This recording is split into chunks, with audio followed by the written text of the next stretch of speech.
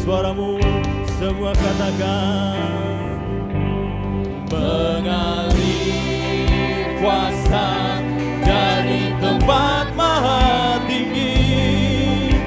Bapa kekal mulia, Kau hadir di sini, memulihkan hati, menyembuhkan yang terluka. Ku kan tenang bersamamu Bapa. Mari kita cepat nyanyikan dengan hatimu, nyanyikan dengan imanmu, sebab Dia hadir di tempat ini. Katakan, Bapa Kau mendengar seruan hatiku. Dia ada di tempat ini, Dia selalu mendengar setiap doamu. Tak pernah Kau lepaskan dari kasih-Mu.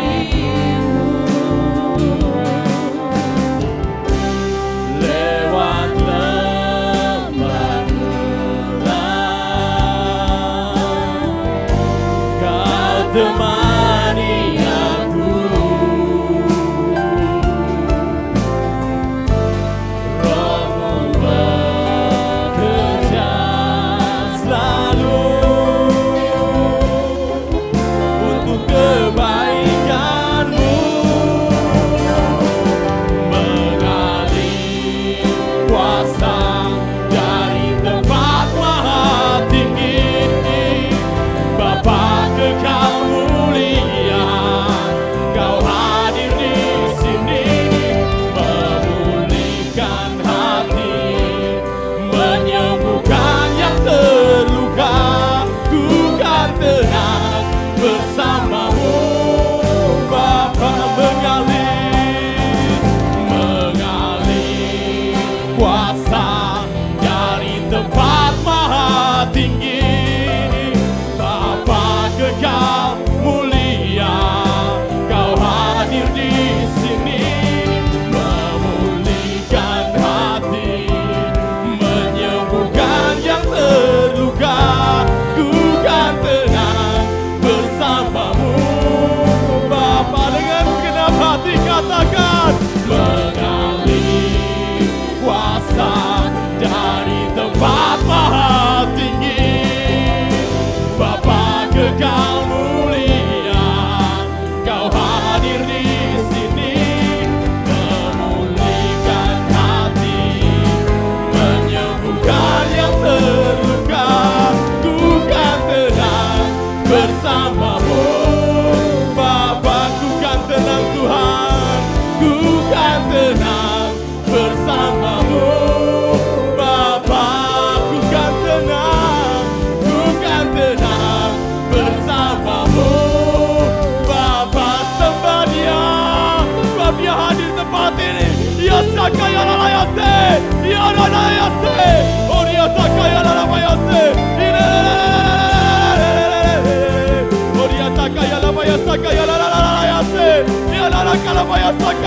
yase. Ya sakaya la yase. Holy. Ya sakaya la la la la ya la yase. Oh, ya la la la ya la yase. Ya sakaya la yase.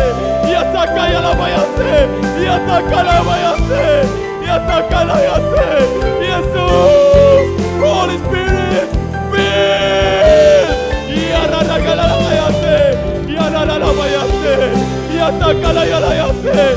Oh, ya sakaya la bayase sakala yase. Ya sakala yase. Ya sakaya la yase.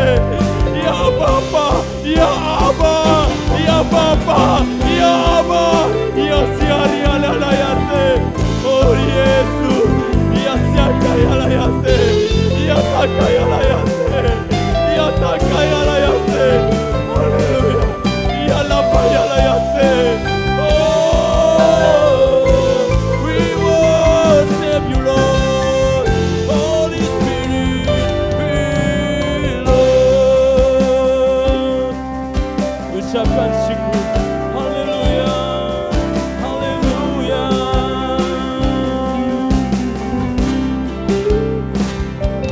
Mengalir kuasa dari tempat maha tinggi, Bapa kekal mulia, Kau hadir di sini, memulihkan hati, menyembuhkan yang terluka. Ku kan tenang bersamamu, Bapa. Ku kan tenang Tuhan, ku kan tenang bersamamu, Bapa. Ku kan tenang Yesus, ku kan tenang bersamamu, Bapa.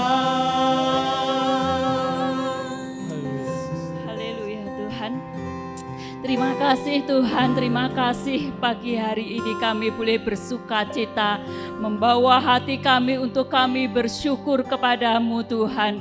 Kami mau memuji, mau nyembah-Mu lebih lagi Tuhan. Terima kasih Tuhan Yesus, Engkau mengurapi kami semua ya Tuhan. Baik para pelayan-pelayan-Mu maupun jemaat-Mu ya Tuhan. Sehingga kami boleh memberikan yang terbaik buat Engkau. Pujian penyembahan sehingga hatimu boleh disenangkan Tuhan. Terlebih juga untuk hamba-Mu yang akan menyampaikan kebenaran firman-Mu. Kami percaya Tuhan sudah mempersiapkan hamba-Mu Tuhan. Terima kasih Tuhan Yesus, segala kuasa-kuasa yang bukan dari Engkau, yang ingin mengganggu jalannya ibadah saat ini kami panggil nama-Mu. Kami tolak, kami usir dari tempat ini hanya di dalam nama Tuhan Yesus. Hanya kuasa-Mu yang ada di tempat ini, dan kami boleh menikmati akan hadirat-Mu Tuhan. Biarlah Tuhan sendiri juga yang akan melawat kami ya Tuhan, sehingga sepulang dari ibadah ini kami boleh dipenuhi dengan sukacita-Mu. Terima kasih, di dalam nama Tuhan Yesus kami sudah berdoa dan ucap syukur. Amin. Haleluya. Kecaplah dan lihatlah segala kebaikan Tuhan, sebab Yesus baik. Amin. Yesus baik, amin. Tunjuk kanan kirimu, katakan, Tuhan Yesus sangat baik. Haleluya. Sebab Dia baik dahulu, sekarang dan selama-lamanya. Dia tetap baik. Haleluya. Mari semuanya tepuk tangan yuk. Kita bersuka di hadapan Tuhan. Hey. Tiada berkesudahan kasih setiamu Tuhan, selalu baru rahmat-Mu bagiku. Hey, semua.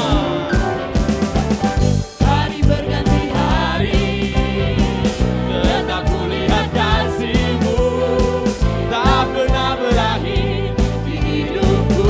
Semua, Tuhan Yesus baik, sungguh amat baik, untuk selama-lamanya. Tuhan Yesus baik, Tuhan Yesus baik, Tuhan Yesus baik, sungguh amat baik, untuk selama-lamanya.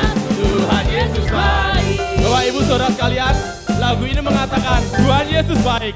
Saat kata baik, jempolnya, mana semuanya jempol diangkat yuk. Semua jempol diangkat, sentuhkan ke teman kiri kanannya. Sentuhkan dulu, semuanya jempol sentuhkan dulu. Belum semuanya lagi mengangkat jempolnya. Hei, katakan, Dia ada berkesudahan.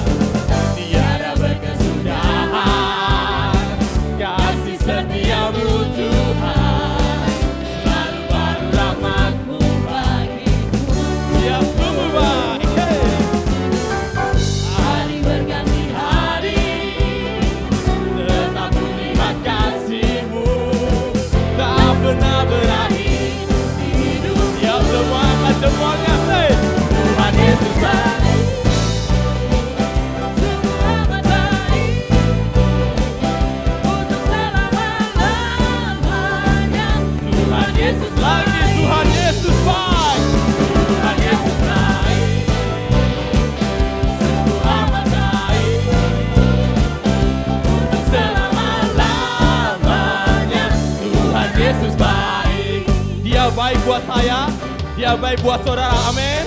Tunjuk kanan kirimu, Tuhan baik buatmu. Tuhan baik buatmu. Hey, Yesus baik bagimu. Yesus baik bagiku. Dulu, sekarang dan selamanya. Dia sungguh lagi tunjukkanmu. Yesus baik bagimu. Yesus baik bagiku. Dulu, sekarang dan lagi ya. Yesus baik. Tunjuk kanan kirimu semua. Yesus baik bagimu. Yesus baik bagiku. Dulu, sekarang dan selamanya. Dia sungguh baik. Tuhan Yesus baik. Sungguh amat baik. Untuk selama-lamanya. Tuhan Yesus baik. Lagi say. Tuhan Yesus baik. Sungguh amat baik. Untuk selama-lamanya. Tuhan Yesus baik. Dari selama-lamanya. Dari selama-lamanya. Sampai selama-lamanya. Untuk selama-lamanya. Semua Tuhan Yesus baik. Yeay! Tepuk tangan buat Yesus Tuhan. 1, 2, 3.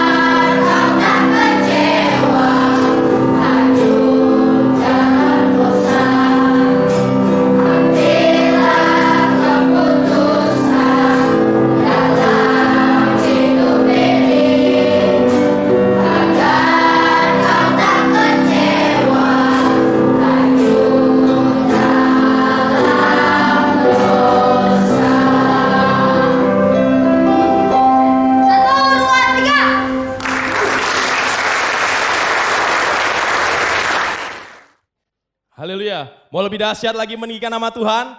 Jangan kalah sama anak-anak memuji Tuhan. Mari kita, saya jemaat bangkit berdiri. Kita bersorak-sorai lebih dahsyat lagi. Sebab dia sungguh baik, sangat baik, teramat sangat baik. Hei, semuanya tepuk tangan yuk.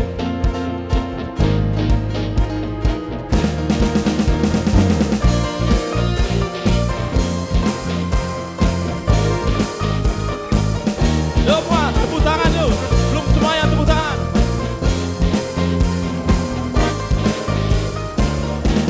Hey.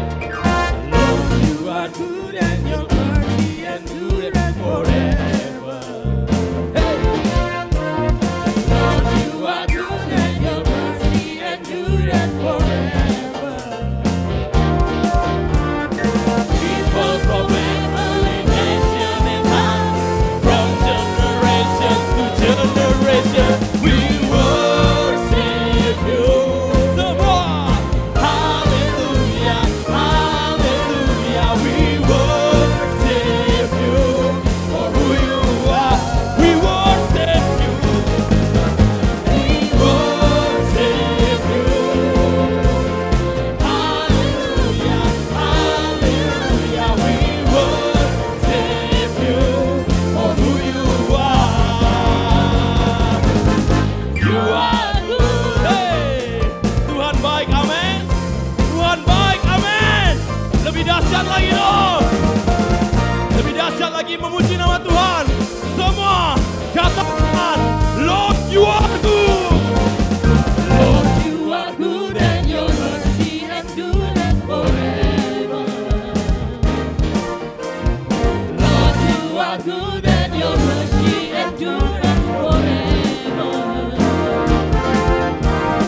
People from every nation and tongue, from generation. Are you ready? We worship you. Hallelujah, hallelujah, we worship you for who you are. Let's start. We worship.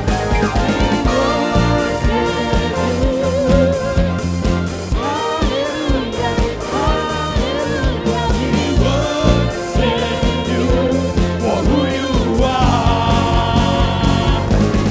You are good. Hey, He is so good to you. He is so good to me. Hey.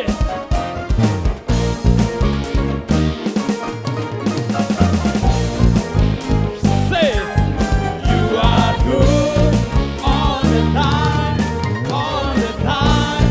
You are good, you are good all the time, all the time. You are, say lagi, you are good all the time, all the time. You are good, you are good.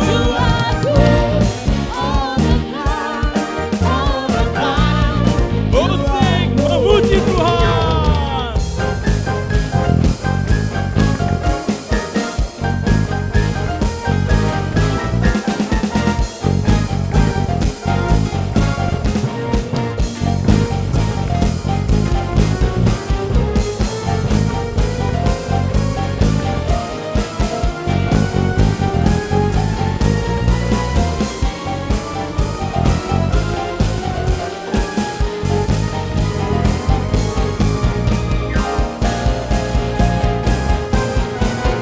We worship you.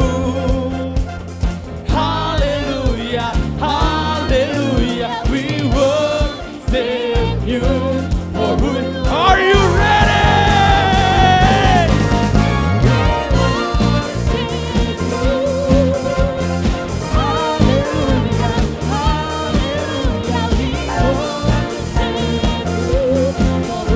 For who you are. For who you are. For who you are. For who you are. Say, you are good. Hey. Haleluya. Haleluya. Benar. Tuhan Yesus sungguh baik. Amin. Sungguh benar kita ada saat ini oleh karena kebaikan Tuhan. Mari siapkan hatimu untuk kebenaran firman Tuhan. Sebab kita punya Allah yang dahsyat dan luar biasa. segala rancangan dalam hidup kita, sungguh ya dan amin. Yang terbaik Tuhan siapkan dalam hidup kita. Bahkan sampai di titik terendah pun, Dia selalu setia. Dia mengangkat kita, agar kita sesuai dengan kemuliaan-Nya. Terima kasih Tuhan, siapkan hatimu. Terima kasih Yesus. Terima kasih. Ku kagumi caramu mencintaiku. Kau ada di cerita proses hidupku. Di titik terendahku, Kau hadir untuk mengangkatku. Ku tahu Kau tak menyerah akan hidupku. Mari semua katakan, ku kagumi caramu mencintaiku. Kau ada di cerita proses hidupku. Di titik terendahku, Kau hadir untuk mengangkatku. Ku tahu Kau tak menyerah akan hidupku. Tak terbatas kuasa-Mu, tak terduga cara-Mu. Kau yang ku andalkan di setiap langkah hidupku. Tak terbatas Tuhan, tak terbatas kasih-Mu, tak terduga jalan-Mu. Kau yang ku percaya di segala musim hidupku. Mari jemaat, pujikan dengan hatimu, katakan, ku kagumi caramu mencintaiku. Kau ada di cerita proses hidupku. Di titik terendahku, Kau hadir untuk mengangkatku. Ku tahu Kau tak menyerah akan hidupku. Tak terbatas kuasa-Mu, tak terduga cara-Mu. Kau yang ku andalkan di setiap langkah hidupku. Tak terbatas kuasa-Mu, tak terduga jalan-Mu. Yang ku percaya di segala musim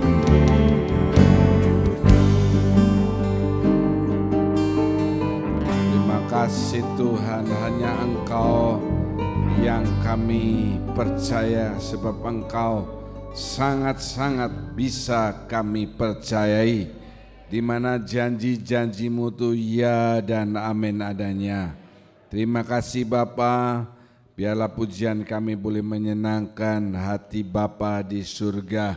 Sebentar kami akan dengarkan sebagian kebenaran firman. Segala bentuk kuasa gelapan ingin mengganggu, kami patahkan dalam nama Tuhan Yesus Kristus. Sebaliknya roh Tuhan menguasai tempat ini sepenuhnya. Tuhan urapi hamba-Mu yang menyampaikan kebenaran firman Tuhan. Terima kasih, dalam nama Tuhan Yesus kami mengucap syukur. Haleluya, amin. Terima kasih, silakan duduk. Shalom. Shalom. Jika saudara dalam keadaan tubuh yang sehat, karena Bapa senantiasa menjaga dan memelihara, Mari serukan haleluya dengan suara yang yakin. 2, 3. Haleluya.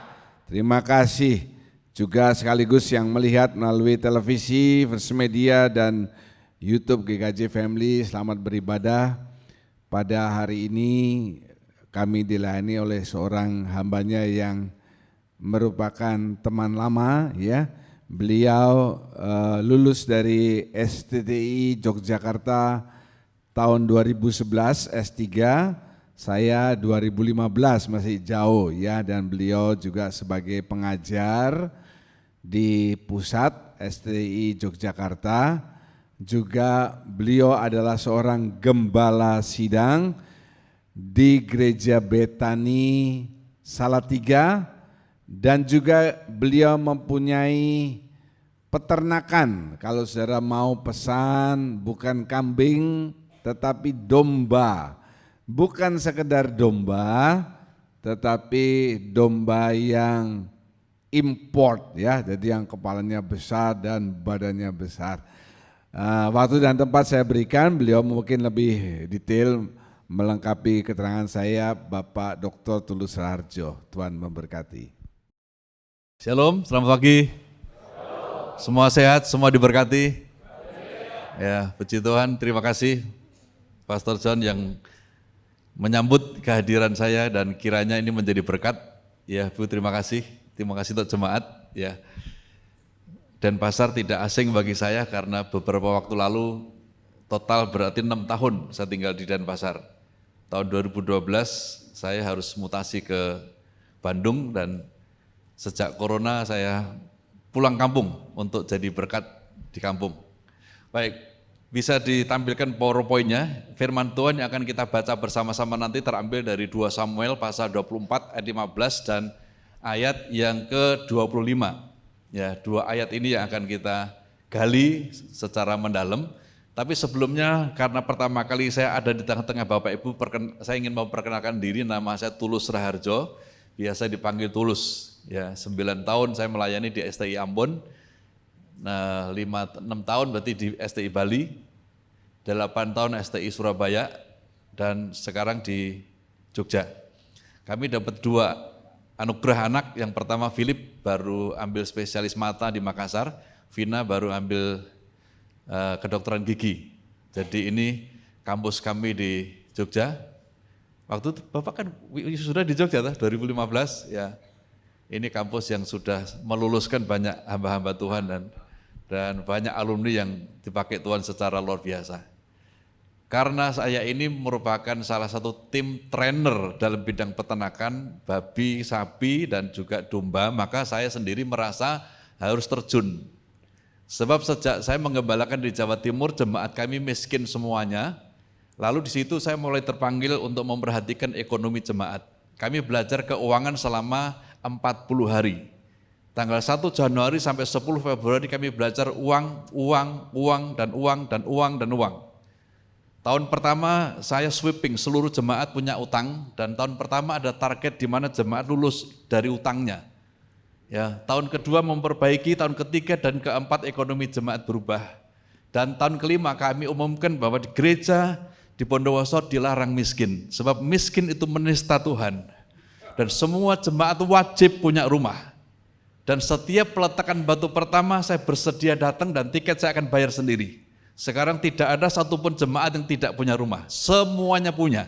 Yang kaya rumahnya besar, yang miskin rumahnya kecil. Dan kami ajari bahwa penghasilan per bulan minimal 1 talenta. 1 talenta itu berapa? 1 talenta adalah 6.000 dinar. 1 dinar sama dengan upah buruh sehari. Jadi penghasilan orang yang gerak dalam dunia usaha itu minimal 1 talenta. Ya, jadi upah buruh sehari berapa? Dikalikan 6.000, ketemunya setahun dibagi 12. Untuk Bondowoso Jember kala itu adalah berarti penghasilan orang Bondowoso Jember minimal itu 10 juta. 10 juta di zaman itu nyicil mobil 2 juta, nyicil rumah bagus 2 jutaan. Jadi dengan penghasilan 2 juta itu pasti nampak ekonominya dan nampak udah sehat, bagus. Tabungan pasti ada dan seterusnya. Ya, jadi kami melakukan pelatihan-pelatihan ternak babi, kalau ke Indonesia Timur kami ternak babi, dan gara-gara ini Pak 2019 saya pertama kali makan daging babi. Ya, saya tidak mengkonsumsi daging apapun selama ini. Saya tapi mulai 2019 bertobat makan daging. Ya.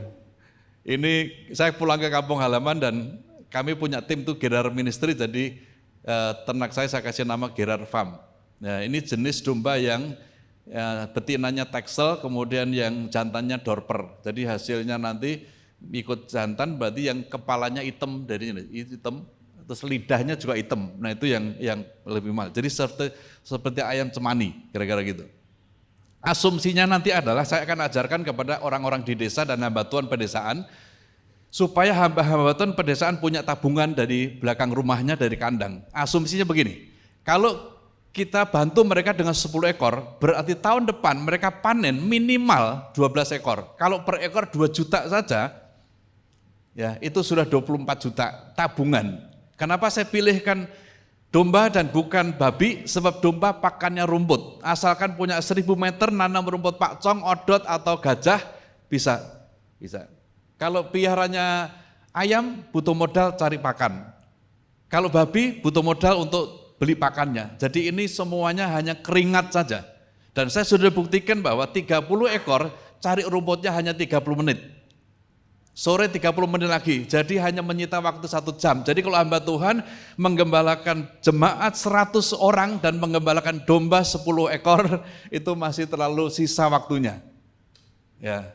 Jadi saya rindu supaya, karena saya sudah keliling desa-desa Kristen di Jawa Timur, di Jawa Barat, Jawa Tengah, semuanya kondisinya miskin. Saya sudah datang ke desa-desa Kristen, kalau sampai jam 10 pagi, jam 11 pagi suaminya jemur pakaian, berarti istrinya sedang merantau di kota besar. Kalau merantau setahun renovasi rumah, berarti kerja baik-baik. Tapi kalau setahun bangun rumah besar, berarti kerjanya tidak baik di sana. Wah, itu ngeri saudara. Jadi makanya saya merasa terbeban. Ya, saya mulai dari Bondowoso pada waktu itu, sehingga Bondowoso sekarang kondisinya baik-baik. Ya, pertama kali yang saya urapi supaya mendapatkan penghasilan 1 talenta, bukan pengusaha, petani, namanya Pak Kamdi. Waktu kami habis mengadakan pelajaran keuangan 40 hari, saya panggil ke depan, siapa yang sudah merasa perlu diurapi untuk dapat berkat 1 talenta setahun, majulah ke depan. Saya pikir yang maju itu pengusaha-pengusaha yang sedang bangkrut ini. Ternyata yang datang ke depan petani. Saya sebagai gembala takut memberkati. Iya, kalau tidak, kan nama baik saya dipertaruhkan. Saya dengan berat hati, saya terus terang, saya berkati, saya urapi. Tidak lama kemudian Pak Kambi diberkati dengan cara 10 juta tiap bulan. Caranya gimana? Di rumahnya itu ada anak 1 wawena. Anak itu nakal sekali di Papua sana, sampai di tempat kami kita bimbing, kita bisa melayani, tidak ngerokok, bisa main musik. Kepala sukunya bahagia, anaknya bertobat, kirim lagi, 15 lagi, jadi ada 16 anak. 16 anak sekolah STM di Jember dan masing-masing orang tuanya mengirim 1 juta. Untuk menghidupi 16 anak, Pak Kamdi hanya butuh 6 juta, karena Pak Kamdi punya sawah luas, punya kebun luas, semuanya diambil dari sawah. Bersih berapa? 10. Sejak Pak Kamdi, jemaat kami dari desa dapat berkat sebulan 10 juta walaupun hanya 3 tahun, tapi itu membakar semangat yang pengusaha-pengusaha. Pengusaha yang keluar penjara utang 2 miliar dalam tempo dekat mengalami keluar. Dan sekarang jemaat yang paling besar penghasilannya mungkin Henry rasanya, itu hampir 100 juta tiap bulan dengan 2 toko dan 1 tempat fitness. Ya. WL kami uji coba. Jika setelah jadi WL 6 bulan ekonominya nggak naik, turunkan jadi singer lagi, Pak. Itu hukum Tauratnya begitu. Di Bondowoso kalau orang tidak persepuluhan, Pak, jadwal di cancel bulan depan. Ya, pelayan Tuhan. Terlambat melayani, boleh melayani tapi PK hilang gitu. Pokoknya kita pakai hukum Taurat, setelah rohani tinggi baru pakai hukum rohani. Baik, ini yang mau kita baca sama-sama. 2 Samuel pasal 24 ayat 15. Kita baca, 1, 3. Jadi Tuhan mendatangkan penyakit sampar kepada orang Israel dari pagi sampai waktu yang ditetapkan. Maka matilah di antara bangsa itu dari Dan sampai Beersheba berapa? 70.000 orang. Dalam kepemimpinan Raja Daud sebagai seorang raja, dia pernah mengalami sebuah wabah yang sama ngerinya dengan wabah corona yang akhir-akhir ini menimpa seluruh dunia. Dan kita orang Kristen baru pertama kali ini mengalami wabah yang segawat ini, makanya saya ingin sampaikan supaya ini menjadi pelajaran ke depan. Ya, waktu bangsa Israel berdosa di hadapan Tuhan, maka Tuhan kirim penyakit sampar. Tetapi akhirnya oleh tuntunan Roh Tuhan, Daud bisa mengantisipasi, bisa mengatasi masalah yang pelik ini dengan cara apa? Yaitu dengan cara mendirikan di sana mezbah bagi Tuhan dan mempersembahkan korban bakaran, korban keselamatan. Setelah itu apa yang terjadi? Maka Tuhan mengabulkan doa untuk negeri itu dan tulah itu berhenti menimpa bangsa Israel. Apa itu virus corona? Ya, virus corona adalah virus yang menyerang sistem pernafasan dan virus ini menyebabkan gangguan sistem pernafasan yang akut sampai orang itu meninggal. Itulah virus corona.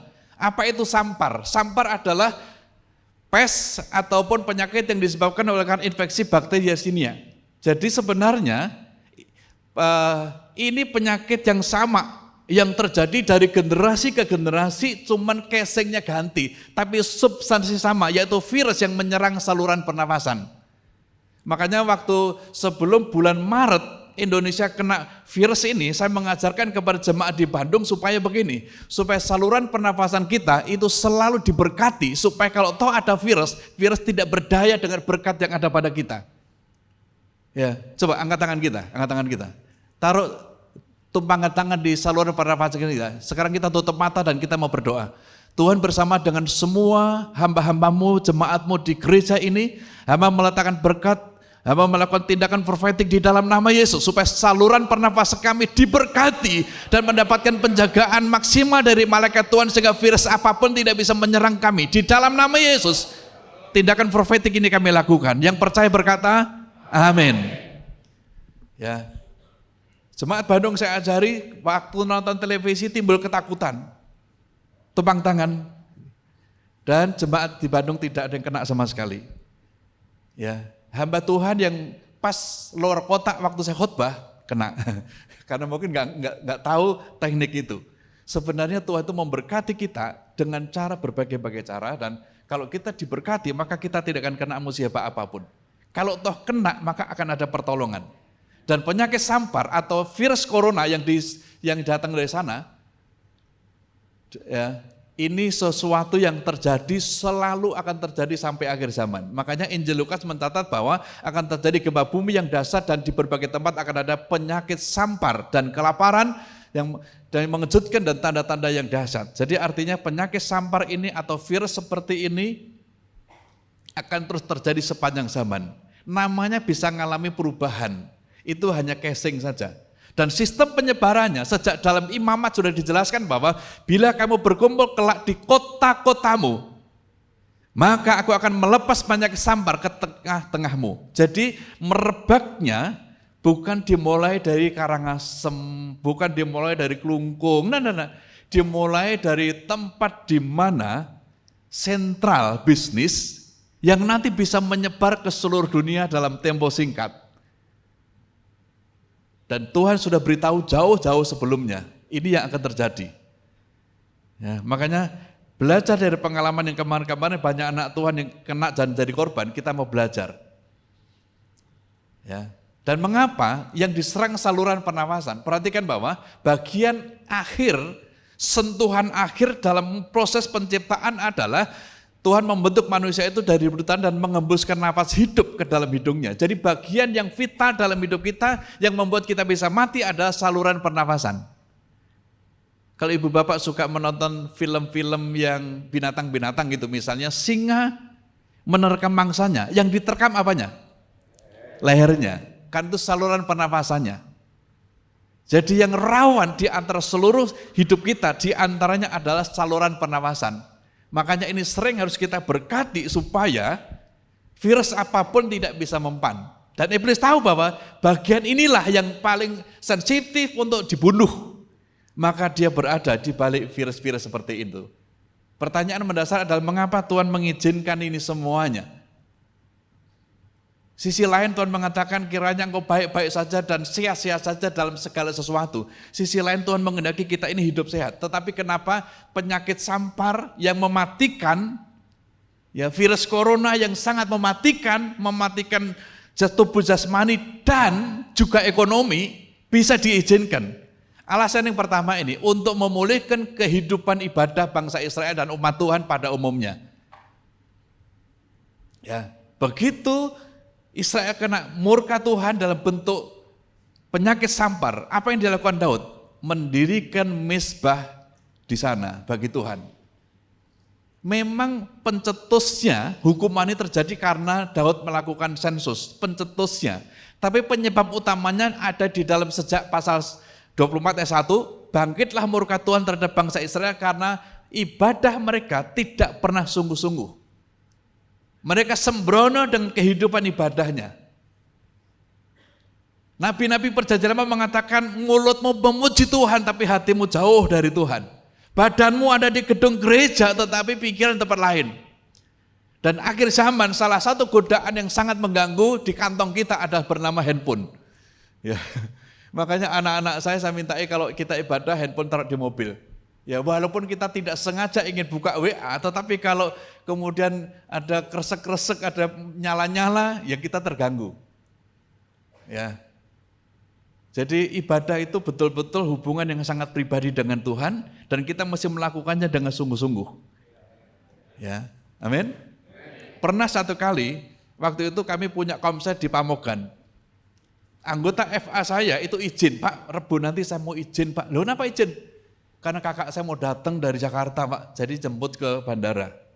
Saya beritahukan kalau you tidak datang komsel silakan enggak apa-apa, tapi saya tidak berhak memberikan izin. Sebab komsel ini adalah kencan kita dengan Tuhan. Kalau you bisa mengganti kencanmu dengan Tuhan dengan acara lain, you berurusan dengan Tuhan. Jadi mintalah izin kepada Tuhan, tapi bukan saya. Ya, tapi saya sebagai hambanya Tuhan, saya bisa membantu Tuhan dengan cara begini. Dalam nama Yesus pesawatnya batal ke Denpasar gitu. Dan malam itu hujan deras, saudara.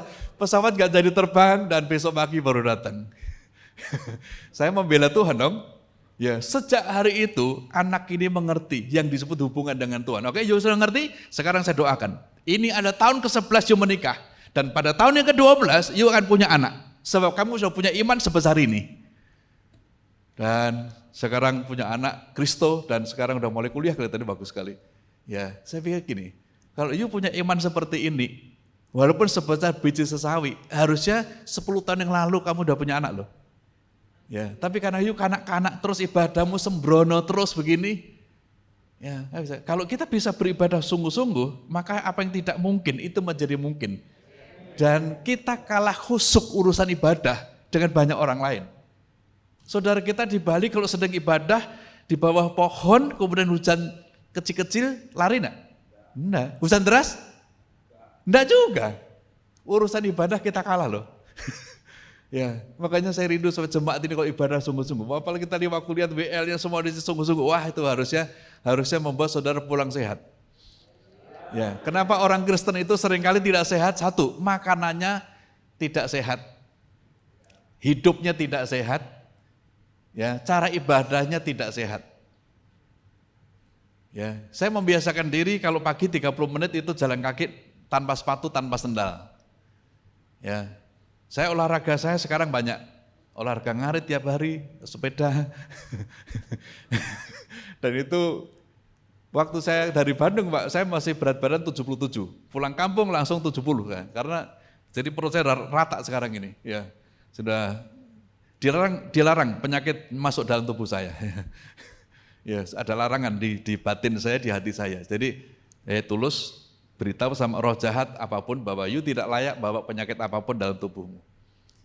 Ya, yang penting jangan lupa bahwa Tuhan memberi kita kekuatan untuk mendapatkan segala-galanya. Jadi yang Tuhan mau koreksi dalam hidup kita adalah ibadah kita. Kalau ibadah kita sudah benar, maka Tuhan akan cepat pulihkan. Bapak Ibu bayangkan pada waktu corona menyebar ke daerah Eropa, banyak para anggota dewan, para perdana menteri, para presiden, mereka berlutut di jalan raya, mereka berlutut di depan kantor DPR, mereka mengapa? Menangis, berseru kepada Tuhan dan minta ampun sama Tuhan. Ya, orang Indonesia yang disalahkan orang lain. Ya, wali kota disalahkan, tidak bisa nangani corona, presiden disalahkan, tidak bisa nangani corona, gitu. Kenapa enggak kita yang bertobat? Ya, ini masalahnya. Makanya dalam surat Timotius mengingatkan kita, ibadah itu berguna dalam segala hal. Karena mengandung janji baik untuk hidup sekarang ini maupun hidup yang akan datang. Jadi ibadah itu tidak senilai dengan apapun. Jadi kalau hanya 1,5-2 jam pagi hari ini, saudara jangan bikin acara lain selain ibadah. Saya tidak tahu ibadah apa saja di gereja ini. Tetapi saya tidak pernah mengizinkan jemaat ya untuk keluar kota dan tanpa ibadah. Ya, pernah sekali waktu saya di Bondowoso waktu itu menyarankan supaya jemaat jangan pergi keluar kota selama tanggal 1 sampai 10 Februari karena kita ada kegiatan membangunkan fajar 40 hari. Ya. Ada yang nekat pergi ke Singaraja. Pulang sampai situ Pondok, mobil nabrak pohon asem. Ya, sejak hari itu jemaat takut luar kota tanpa izin saya. Ya, jadi memang nggak boleh, ibadah itu nggak bisa, saudara, nggak bisa disejajarkan dengan yang lain. Baca sama-sama ini, 1, 3. Janganlah kita menjauhkan diri dari pertemuan-pertemuan ibadah kita, seperti dibiasakan oleh beberapa orang. Orang-orang lain banyak punya kebiasaan seperti ini, walaupun mereka orang percaya, ibadahnya sembrono, ibadahnya tidak sungguh-sungguh, bahkan sering absen. Bahkan ada orang berkata, Pak, saya nitip persepuluhan, saya nitip persembahan, bahkan sekarang sudah sistem transfer, Pak, walaupun saya tidak ke gereja tetapi saya transfer, Pak. Enggak. Yang Tuhan butuhkan adalah jiwa kita, roh kita, badan kita berjumpa dengan Tuhan, bukan duitnya. Tuhan enggak perlu uang sama sekali. Ya, jadi mesti ibadah sungguh-sungguh. Amin. Waktu saya menjadi orang Kristen, paman saya menghibur saya begini, enak Lus kamu jadi Kristen. Loh kenapa Om? Wes lara koso kayak dulu. Ya, kayak dulu kamu sehari mesti doa sekian kali gitu loh. Setelah jadi orang Kristen kamu enak, kamu cukup ibadah seminggu sekali. Tapi waktu paman saya ngomong gitu, saya nggak enak saya. Karena saya merasa gini, saya ini jadi Kristen kan ingin meningkat. Kalau saya sampai meninggalkan agama saya yang lama jadi Kristen nggak meningkat, saya pikir ada yang keliru ini. Lalu saya ketemu ayat bahwa Daud itu berdoa sehari, sholat sehari 7 kali. Waduh lega saya. Ya berarti ini yang saya cari. Daud itu ibadahnya 1 hari 7 kali. Daniel ibadahnya sehari 3 kali menghadap ke Yerusalem. Ya. Waktu saya nangani para jemaat pengusaha sedang bangkrut. Ya, waktu itu sebut si bapak, ya saya tanya, utangmu berapa? 250 juta zaman itu, ya zaman tahun 2000-an. Usahanya mie pangsit di Tabanan. Waduh, utangmu segitu bikin mie panjangnya dan pasar Gilimanuk nggak lunasin, nggak bisa.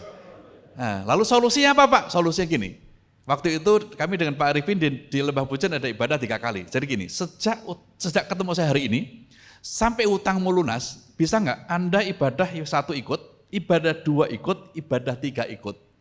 Sampai lunas utangmu paling tidak, bisa nggak? Kalau you bisa melakukannya, saya doakan. Oh dia bisa. Setelah dia bisa melakukan itu, lalu dapat booking dari Jakarta, carikan tanah 25 hektar untuk taman safari di Denpasar. Lalu saya datang di atas taman safari itu, maksud calon taman safari itu, saya doakan, saya urapi tanah itu, lalu transaksi deal, dapat komisi masing-masing 1 miliar. Utangnya lunas, karena utangnya hanya 250 juta dibanding 1 miliar tadi loh ya. Ya. Setelah lunas utangnya semua, saya cek lagi Bapak ini. Gimana? Sekarang ibadah berapa kali seminggu? Sekali kah? 2 kali kah gitu? Jarang ke gereja.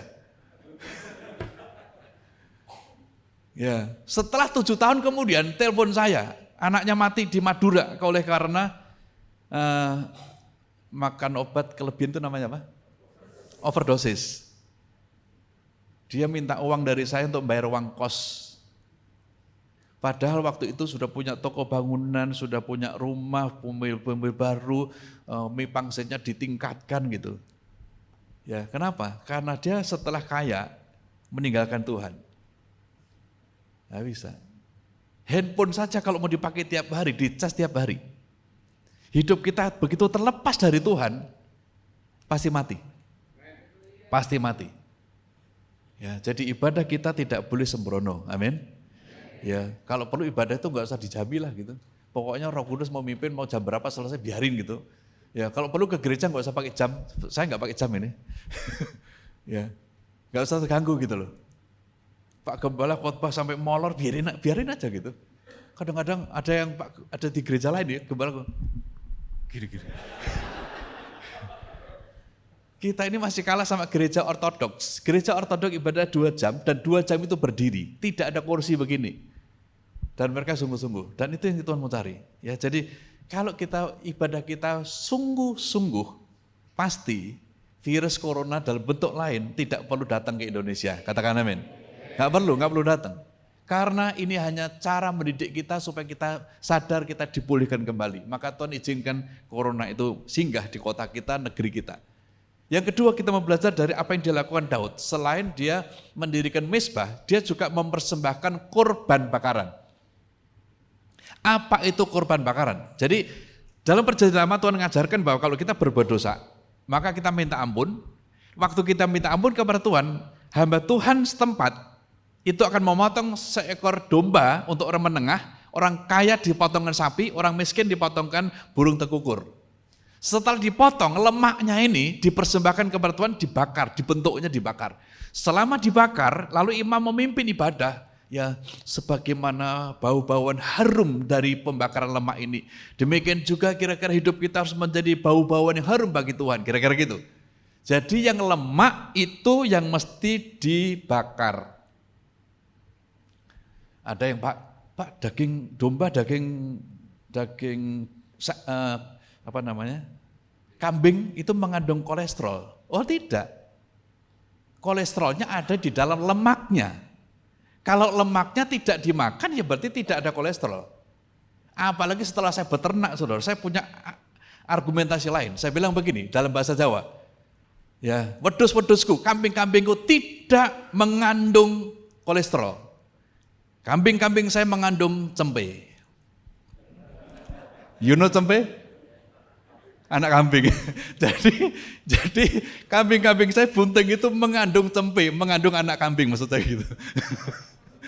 Jadi bukan mengandung kolesterol. Kolesterol berada di lemaknya. Makanya kalau kita punya daging ada lemaknya ya jangan dikonsumsi.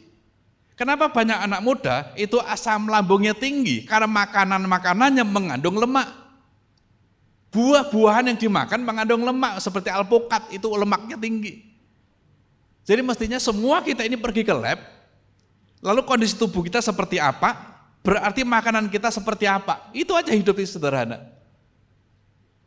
Kalau saudara ragu-ragu supaya nggak pergi ke lab, belajar dari saya cara makan. Cara makan saya adalah 1, di meja makan harus ada sop 1 sambal 1 cobek dan harus pedas. 1. Yang kedua, ada daun apa saja yang bisa dikonsumsi. Lauk nomor 2, nomor 3, nomor 4. Apakah gara-gara saya makan sayuran sama sambal sama ini lalu kurus? Dan saya nggak kurus kering kan, saya nggak sakit-sakitan. Saya nggak pernah sakit. Seumur hidup saya belum pernah dirawat di rumah sakit. Saya dulu sering masuk rumah sakit di Sanglah. Itu karena saya pendeta rumah sakit selama 5 tahun. Tapi bukan karena saya sakit. Ya. Jadi asalkan yang lemak-lemak ini jangan dimakan, sudah yakinlah bahwa sakit penyakit tidak akan. Ya. Jadi asam lambung itu kalau naik itu membuat katup pernafasan kita itu tertutup. Maka tahu-tahu habis ambil uang di ATM, duduk di mobil, sudah. Ya. Ya. Tapi kalau dipikir-pikir, saya ini kan pendeta rumah sakit, jadi sebenarnya kematian yang paling nyaman itu mati mendadak sebenarnya. Dibanding kena stroke 2 tahun, 3 tahun, 4 tahun, duduk di kursi roda, enggak bisa apa-apa, itu ngeri saudara. Biasanya ceramah sana, ceramah sini, main sana, main sini, sepak bola, itu berat loh, itu berat sekali. Lebih enak sebenarnya mati mendadak. Yang ditinggal yang repot. Apalagi utangnya belum lunas lagi. Ya, saya ini salah satu hamba Tuhan yang selalu perang terhadap utang ya. Ya, semua data jemaat itu utangnya berapa saya tahu. Ya. Dan cara berdoanya beda. Ini dulu utangmu untuk apa? Oh saya ditipu Pak. Ini uang utang untuk apa? Oh saya selingkuh Pak. Nah, itu lain. Kalau untuk berdosa penyelesaiannya beda. Ya. Waktu itu saya pernah dapat jiwa baru di Denpasar, dia seorang debt collector. Kenapa dia ketemu saya? Karena jemaat kami ini kartu kreditnya macet, tidak banyak, cuma 24 macetnya.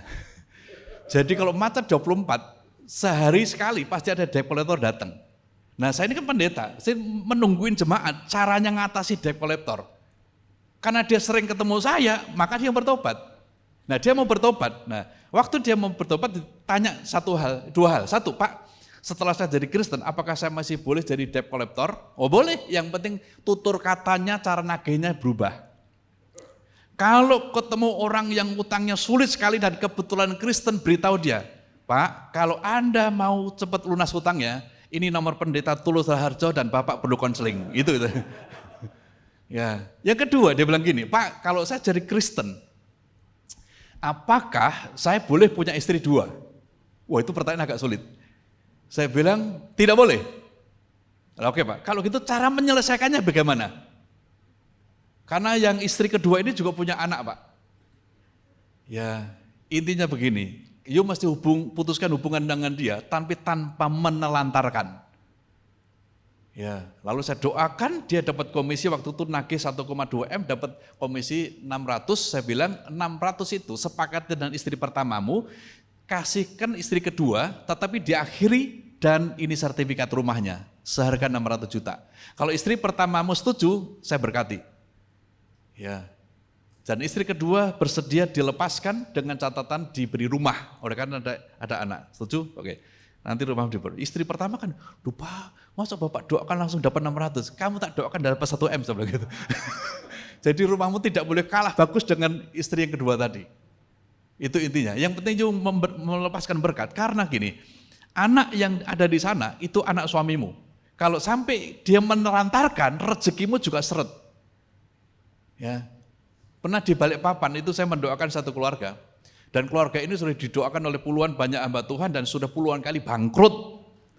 Ya, begitu ketemu saya bilang gini, saya mau ketemu dengan saya itu hampir 10 menit mungkin, ketemu saya itu saya diam saja, saya nggak ngomong apa-apa, saya lalu dia bingung, loh Pak katanya mau konseling Pak, ya tunggu, saya dengar suara Tuhan dulu, yuk apa gitu loh. Saya bilang gini Bapak, ini istrimu? Iya Pak. Ini istri keberapa? Duh kaget ya. Ternyata itu istri kedua. Waktu dia ke Denpasar bikin KTP baru. Istri yang satu ada di Jember. Ya, saya bilang, kalau you mau diberkati, maka pulihkan dulu, bebaskan dulu dari kutuk. Ternyata istrinya di Jember, itu tiap Jumat pergi ke dukun. Isinya apa? Supaya suamiku bangkrut. Doanya begitu. Dia bakar kemenyan tiap hari malam Jumat supaya bangkrut. Karena kalau bangkrut pasti pulang ke Jember. Nah akhirnya saya berkesempatan nemu istrinya dan bereskan semuanya. Dan nyari anaknya dia di kampung di Jember gak sulit. Karena dia orang Tionghoa, pasti orang kampung hanya 1 atau 2 yang Tionghoa kan. Saya gak perlu alamat. Dia ada anak remaja, mirip dengan jemaat itu. Kamu anaknya ini ya? Ya Om, kenapa Om? Bisa ketemu mamamu? Bilang. Ya, kami damaikan, perceraian diurus, dari Balikpapan dikirimi tiap bulan itu 250, dan dia berhenti ke dukun. Dukunin dah. Sejak hari itu dia di Balikpapan, tokonya diberkati sampai hari ini. Ya, jadi kutuk yang membuat dia nggak diberkati itu mesti dipatahkan. Oke? Jadi cara yang kedua yang dilakukan adalah apa yang merupakan milik Tuhan, apa yang merupakan lemak harus dibakar, jangan dimakan. Ya. Kadang-kadang saya ngajarkan mengingatkan jemaat adalah salah satu bentuk yang kita kategorikan lemak adalah misalnya persepuluhan, ibadah, sabat, dan seterusnya itu untuk persepuluhan.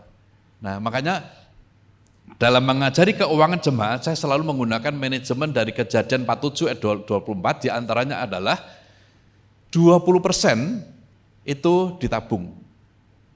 Ya, kemudian 80% itu diantaranya untuk kehidupan kita. Jadi manajemen keuangan dari zaman Yusuf dulu begini, 20% diserahkan kepada Firaun sebagai tabungan. Tapi kalau kita bukan budak, berarti 20% tabungan milik pribadi. 20%-nya benih. Ya, persepuluhan 1/10, lain-lainnya itu 1/10. Kolekte itu sebulan itu minimal 2,5%. Coba angkat tangannya. 2,5%, ya. Minimal, karena saudara tua kita itu bukan zakat, zakatnya 2,5%. Jadi kalau hidup keagamanmu tidak lebih baik daripada ini, maka engkau tidak akan masuk ke dalam kerajaan surga. Itu Injil Matius kata. Jadi kolekte kita satu keluarga jangan di bawah 2,5% pendapatan. Ya, jadi saya ajarkan kepada jemaat bahwa kalau kita penghasilan sekian, berarti setiap ibadah di dompet kita harus disediakan uang tertentu. Sebab jika tidak disediakan tertentu, begitu waktunya kolekte, lalu uangnya merah semua, waduh lupa tuker gitu kan. Karena yang dicari yang paling kecil. Ya, waktu di Bandung saya ajarkan dengan cara prosentase, kolekte 2.000 sudah tidak ada lagi. Ya, jadi memang diatur. Jadi hidup kita dari 60%. Semakin penghasilan banyak, hidup kita 50%. Semakin banyak, 40%. Makin kecil. Aduh Pak, jangankan ditabung Pak, kadang-kadang dimakan aja nggak cukup. Ya, kalau makan kita dari 60%, hidup kita dari 60%, bisa kok.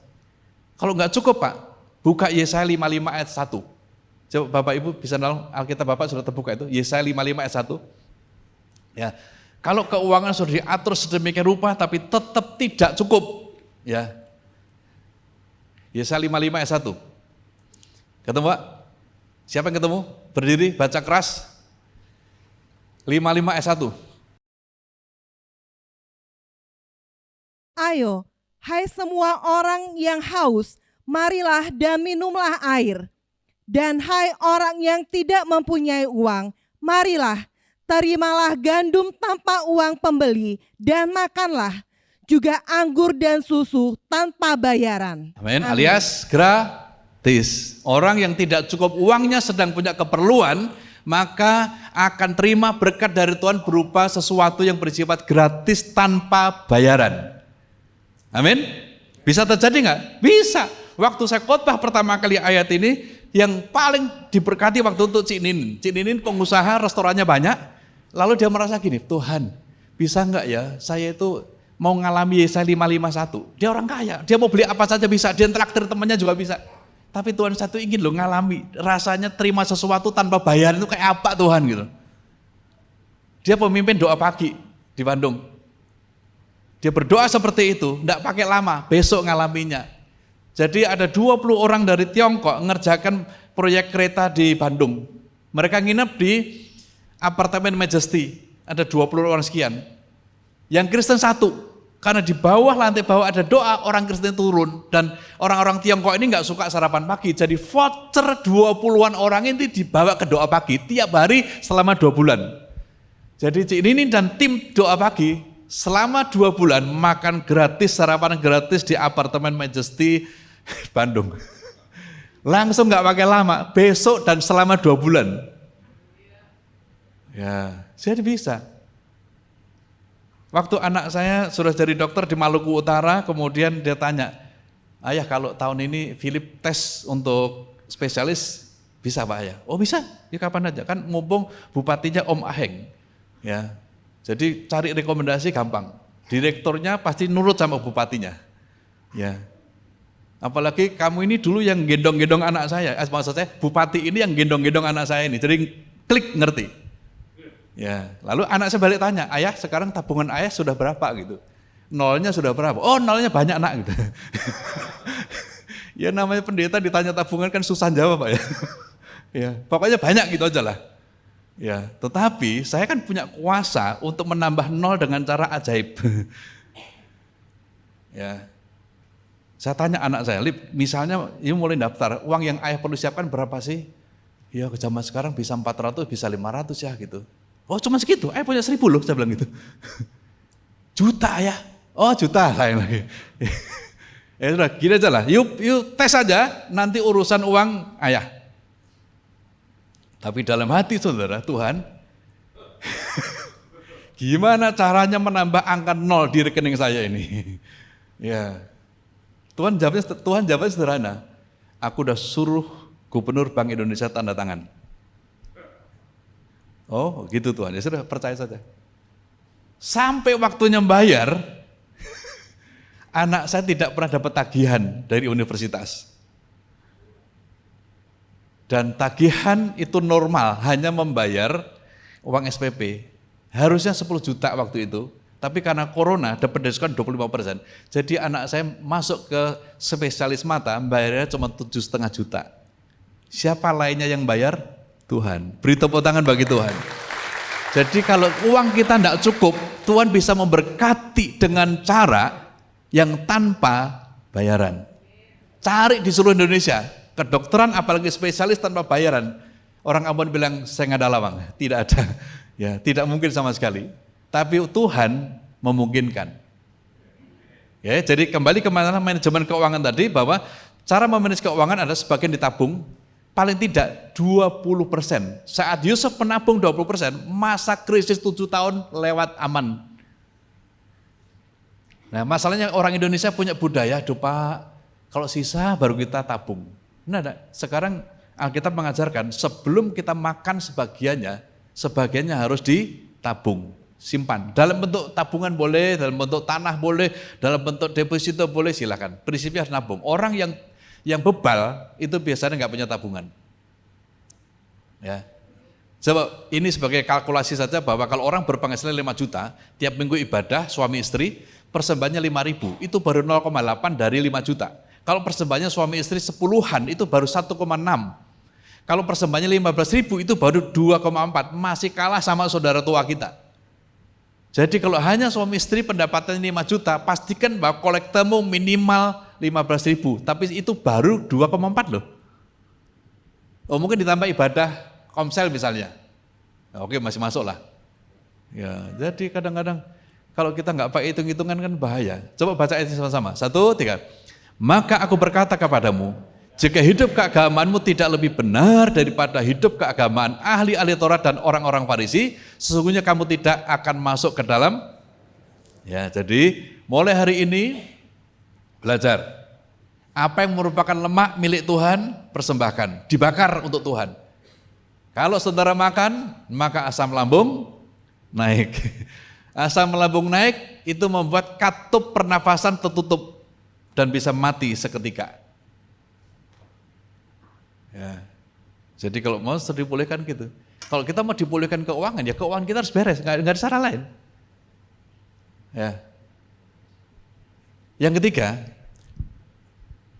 yang harus kita lakukan adalah ini.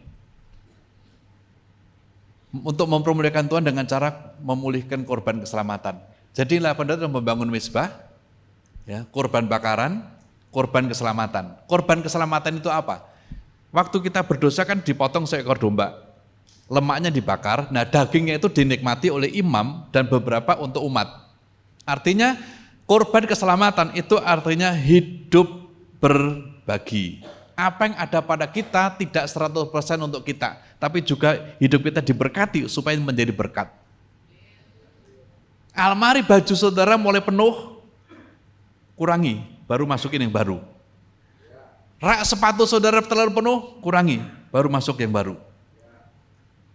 Ya. Waktu saya di Bondowoso, gembala jemaat yang punya usaha selai padi itu 4, sedangkan saya hanya butuh 1 karung. Jadi saya tinggal gilir aja. Oh, minggu ini, bulan ini, kiai ini saya telepon ke rumah. Yai bisa main ke rumah ambil beras gitu. Kadang-kadang saya telepon ketua FPI datang. Ya, makanya ketua FPI di Bondowoso sahabat baik dan tidak mungkin untuk gereja, nggak mungkin. Ya, Alkitab sudah mengatakan bahwa keturunannya akan seperti keledai liar. Saya pawang keledai. jadi pasti keledai itu takut sama pawangnya. Ya. Kami mengadakan sunat massal di pesantren-pesantren di Bondowoso dengan Pak Tri, ya, rumah sini di rumah tentara. Pak Tripin, sahabatnya Pak Tripin sama Ibu. Ya, sampai hari ini kami masih mengadakan operasi katarak gratis di Bondowoso, Situbondo, Jember, Banyuwangi, Probolinggo, Salatiga. Tim dari Bali, dari Sanur. Ya, saya masih menjadi penasehat persekutuan pesantren-pesantren di Bondowoso. Ya.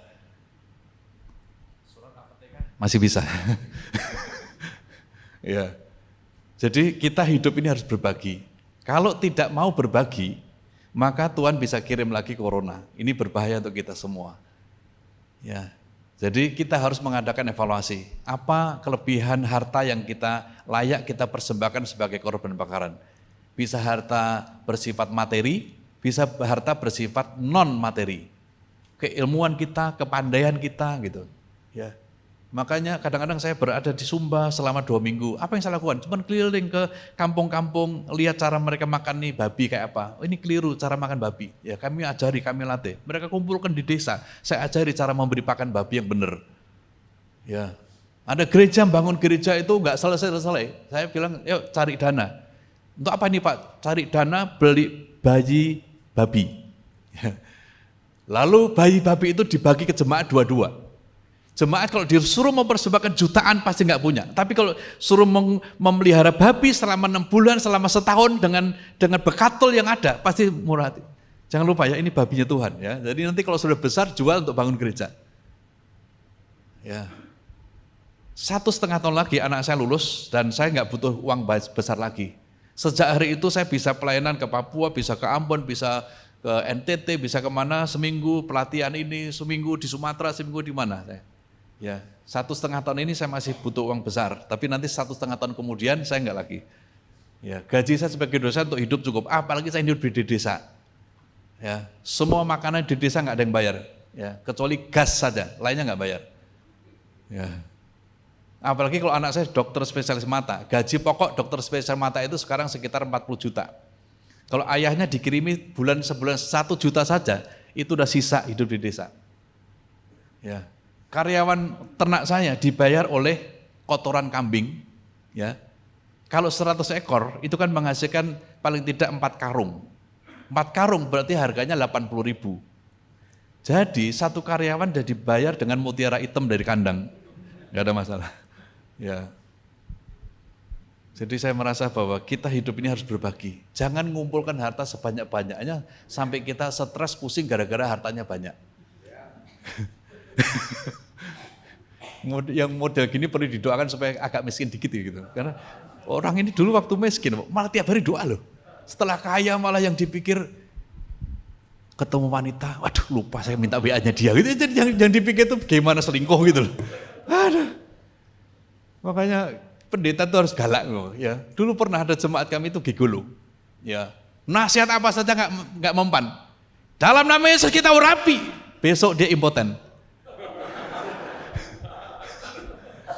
Ya. Impoten, begitu impoten. Pacarnya Jepang enggak mau lagi. Pacarnya dari Cina enggak mau lagi, pacar dari Amerika enggak mau lagi. Nah setelah mau menikah, dia minta didoakan lagi. Sekarang dia punya anak 2, berarti kan sehat.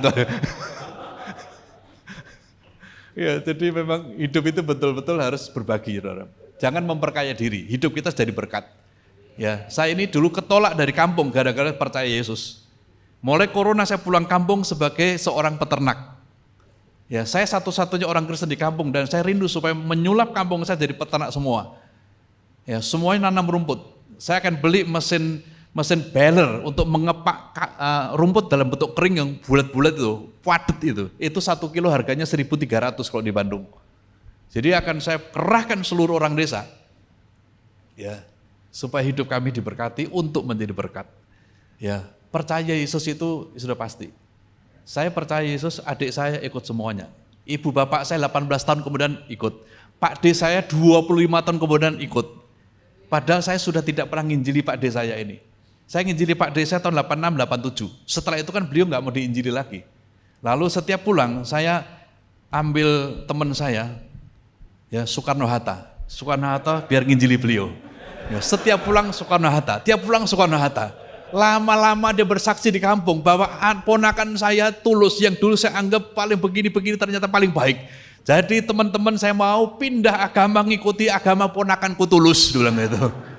Wah, saya pikir berarti Soekarno-Hatta PI-nya lebih baik daripada tulus. Iya. Jadi orang-orang di kampung saya tidak melihat Yesus, belum bisa, matanya masih tertutup lilah zaman ini. Tapi waktu mereka lihat domba saya gemuk-gemuk, tinggi-tinggi, mereka mulai tertarik bicara. Saya pikir ini caranya. Ya, jadi uang saudara lebih menarik daripada Yesus saudara di depan orang lain. Itu masalahnya di situ. Ya, jadi ini saya sampaikan pagi hari ini, mengapa Tuhan izinkan virus corona menyerang bangsa-bangsa dan termasuk bangsa kita? Karena kehidupan peribadahan kita perlu dievaluasi, perlu dipulihkan. cara ibadah kita masih lebih sungguh-sungguh. Sebab mata Tuhan menjelajah ke seluruh bumi untuk mencurahkan kekuatannya kepada siapa? Kepada orang yang bersungguh hati kepada Tuhan. Orang yang hidupnya tidak sungguh-sungguh itu tidak akan dapat apa-apa. Bahkan orang yang bimbang itu cuma terombang-ambing kian kemari dan semuanya menjadi nggak jelas. Yang kedua, Tuhan rindu supaya kita memulihkan korban bakaran kita.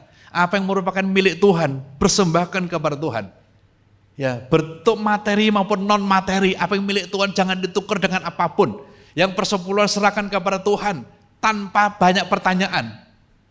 Ya, apa yang merupakan hak Tuhan, persembahan sukarela kita, berikan kepada Tuhan tanpa pertanyaan. Ya, kita diberi manajemen mengelola yang 90%, yang 10 itu biar urusan Tuhan. Ini tidak mudah bagi saya. Saya ini awal dari Kristen, nggak suka sama kantong kolektor. Saya ini gara-gara jadi Kristen, saya ini jualan koran. Dari bus ke bus, halte ke halte. Karena bapak saya nggak mau ngasih uang gara-gara saya jadi Kristen. Jadi saya betul-betul kesulitan uang sama sekali. Begitu masuk gereja, saya kan cari Yesus. Malah disodori kantong kolektor. Kadang-kadang saya minta maaf dosa saya kadang masukkan tangan saya ke kantong lalu pura-pura masukkan. Padahal yang saya tabur itu angin. Ya, makanya menuai badai. Ya, karena saudara saya negur terus, setiap saya nggak kolektor, dia negur saya gitu loh. Kita kan orang Jawa, malu dong ditegur terus. Ya, akhirnya tangan saya masuk, padahal sini nggak ada apa-apanya nih. Ya, sampai suatu saat, kira-kira 6 bulan setelah saya jadi Kristen, lalu saya ngobrol sama teman saya David. Kemarin kamu dapat kiriman wesel, kemarin dapat ini, kemarin dapat. Saya ini kok nggak ngalami ya gitu. Kamu itu nggak ngerti nabur gitu. Wah, tanggal 31 Desember pertama kali dalam hidup saya kolektor, saudara. Tanggal 31. Setelah selesai ibadah, saya dapat hadiah kain baju dan kain celana plus ongkos jahit. Itu mukjizat pertama kali hidup saya setelah pertama kali saya kolektor. Sejak hari itu dan sampai hari ini hidup saya penuh dengan mukjizat. Ya, kolektor persepuluhan itu remeh-temeh bagi saya. Dulu itu sesuatu menakutkan. Ya, di tempat ibadah saya yang dulu nggak ada istilah kolektor, nggak ada. Jadi waktu masuk gereja ada kantong kolektor itu momok bagi saya itu seperti gendruwo dalam hidup saya. Iya, tapi sekarang enggak, berubah. Dan hidup saya berganti. Apa yang milik Tuhan serahkan kepada Tuhan. Ya, peternak-peternak yang saya bina, saya bilang gini, kalau you nggak ngerti menabur, Tuhan akan ambil dengan cara Tuhan sendiri. Salah satu anak rohani saya Darmawan, dia peternak babi di Madiun. Ada 3 hektar. Penghasilannya tiap minggu dia minimal 50 juta. Karena 50 ekor dikirim Jakarta. 50 ekor kirim Jakarta, berarti minimal 50. Waktu ada virus ASF di mana-mana termasuk Medan ribuan, di Madiun 0. Saya sudah ingatkan, Darmawan, kalau you nggak ngerti memberi apa yang milik Tuhan, nggak kembalikan, Tuhan akan ambil dengan caranya. Dan iblis itu nggak usah disuruh pun ngambil, apalagi Tuhan bilang silakan iblis gitu, wah itu ambil semua. Oh dia nggak diizinkan mau ngambil kok, apalagi Tuhan bilang silakan iblis gitu, wah ambil. Jadi diberkati sampai hari ini, ya bahkan meningkat dan terus meningkat. Ya jangan mengkonsumsi lemak yang merupakan milik Tuhan. Katakan amin. Yang ketiga, kita harus memulihkan dengan korban keselamatan kita. Mesti suka memberi. Hidup ini suka memberi. Rahasianya di situ. Ya, kalau tidak memberi, bagikan laut mati.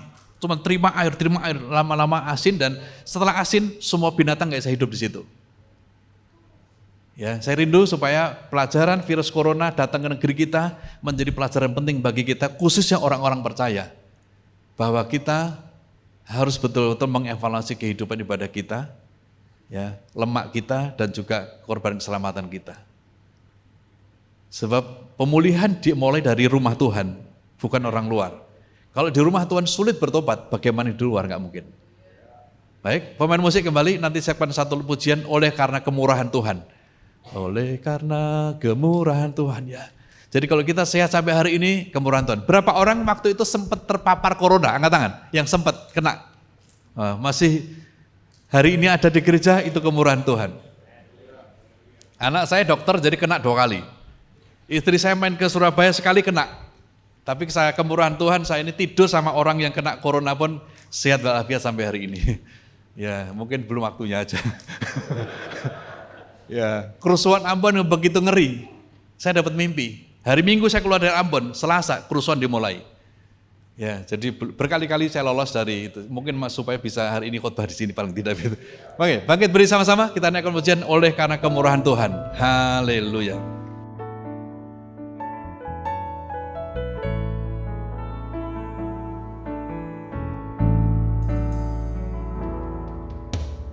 Oleh karena kemurahan Tuhan ku ada sampai hari ini, oleh karena kebaikan Tuhan, janji-Mu terjadi bagiku. Lagi katakan sama-sama, oleh karena kemurahan Tuhan. Oleh karena kemurahan Tuhan ku ada sampai hari ini, oleh karena kebaikan Tuhan, janji-Mu terjadi bagiku. Katakan ku sembah Kau Tuhan, ku sembah Kau Tuhan, ku mengangkat tanganku selamanya. Amin, Dia Allah yang ajaib. Ku sembah Kau Tuhan, ku mengangkat wajahku selamanya. Kau hebat bagiku. Katakan ku sembah Kau Tuhan, ku mengangkat tanganku selamanya. Kau ajaib bagiku. Ku sembah Kau Tuhan, ku mengangkat wajahku selamanya. Kau hebat bagiku. Katakan selama-lamanya, selamanya. Kau hebat bagiku selama-lamanya, selamanya. Kau hebat bagiku. Beri tepuk tangan yang meriah untuk Allah kita yang hebat. Dia Allah yang ajaib, Allah yang luar biasa, Allah yang hebat, Allah yang bisa memulihkan kehidupan kita. Pagi hari ini Tuhan ingin ingatkan kita agar supaya wabah penyakit sekelas sampar, sekelas virus corona tidak perlu menghajar umat manusia, maka kita perlu memulihkan kehidupan ibadah-ibadah kita. Mari lebih sungguh-sungguh lagi dan jangan sembrono dengan ibadah ini. Kita evaluasi dengan korban bakaran kita, apa yang merupakan lemak bagi Tuhan, berikan itu kepada Tuhan dan jangan ditahan, jangan dibelokkan kemanapun. Dan juga korban keselamatan hidup kita diantaranya harus suka berbagi. Saat Tuhan memberimu lebih, itu jatahnya orang lain diantaranya. Jangan menumpuk, tapi berbagi. Sebab hidup itu sendiri adalah kemurahan Tuhan. Kita terpapar tetapi masih ada sampai hari ini, itu kemurahan Tuhan. Kita punya karunia-karunia melayani, itu kemurahan Tuhan. Anak cucu kita diberkati di Denpasar, di Bali, di luar kota, itu kemurahan Tuhan. Hari ini kita masih bisa bertepuk tangan, itu karena kemurahan Tuhan. Semuanya berkat Tuhan. Terima kasih Tuhan, terima kasih. Terima kasih. Secara khusus saya mau berdoa. Kalau ada di antara ibu bapak yang mengalami kesulitan secara ekonomi karena faktor corona, pekerjaanmu juga mengalami kesulitan karena faktor corona, karena wabah sampar ini, angkat tanganmu, saya akan berdoa secara khusus. Angkat tanganmu. Bapak, ini tangan-tangan yang terangkat mewakili kerinduannya mengalami pemulihan karena dampak corona, dampak virus sampar yang merajalela di seluruh dunia di zaman kami ini. Telah menimbulkan banyak kesulitan secara jasmani maupun rohani. Hari ini hamba meletakkan berkat supaya hamba-hambamu di ruangan ini, bahkan hamba-hambamu yang bisa mendengar melalui online, mereka yang sedang mengalami persoalan dan pergumulan sama, Engkau dipulihkan di dalam nama Yesus. Engkau dipulihkan di dalam nama Yesus. Engkau dipulihkan di dalam nama Yesus. Sebab Tuhan Allah kita adalah Allah yang memulihkan. Sebagaimana Dia bisa memulihkan Ayub 2 kali lipat, maka Dia juga bisa memulihkanmu di dalam nama Yesus. Percaya, mulai percaya bahwa Allah bisa memulihkan. Dia Allah yang hebat. Jangan timbul keraguan sama sekali. Percayalah, Dia bisa, Dia bisa, Dia bisa. Dia tidak pernah gagal.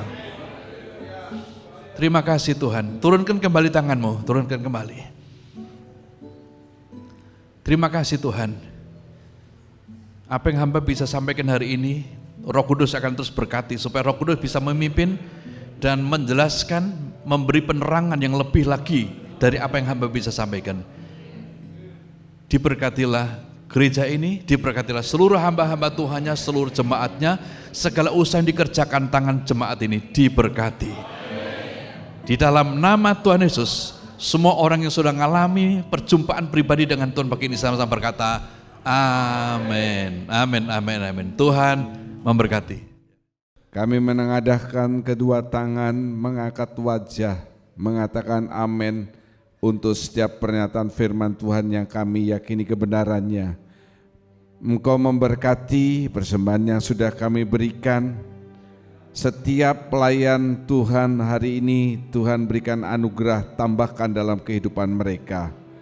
Setiap tangan memberikan persembahan kudus sebagai perkara yang paling sederhana dalam firman Tuhan. Sebaliknya janji-janji Tuhan yang begitu luar biasa akan digenapkan dalam kehidupan saudara. Bapa memberkati hamba-Mu yang sudah memberkati kami, berkati rumah tangganya, anak-anaknya, pelayanannya, pekerjaannya, sebagai dosen juga. Kemanapun dia pergi, nama Tuhan ditinggikan dan dimuliakan, kuasa Tuhan dibesarkan. Terima kasih Bapa, terima kasih.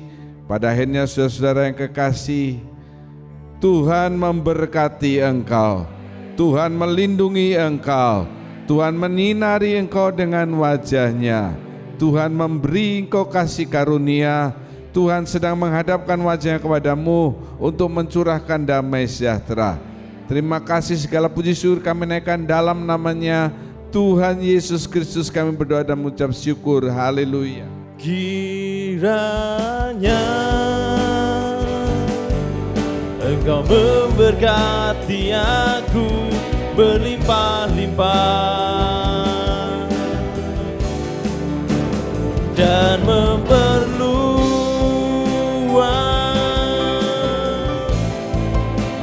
daerahku,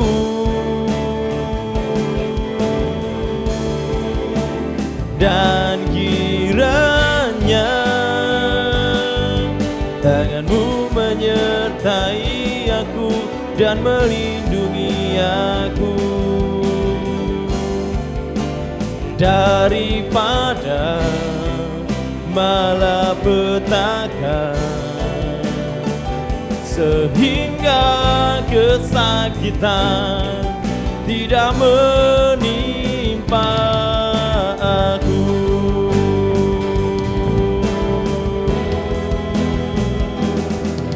Tuhan mendengarkan dan menjawab doaku.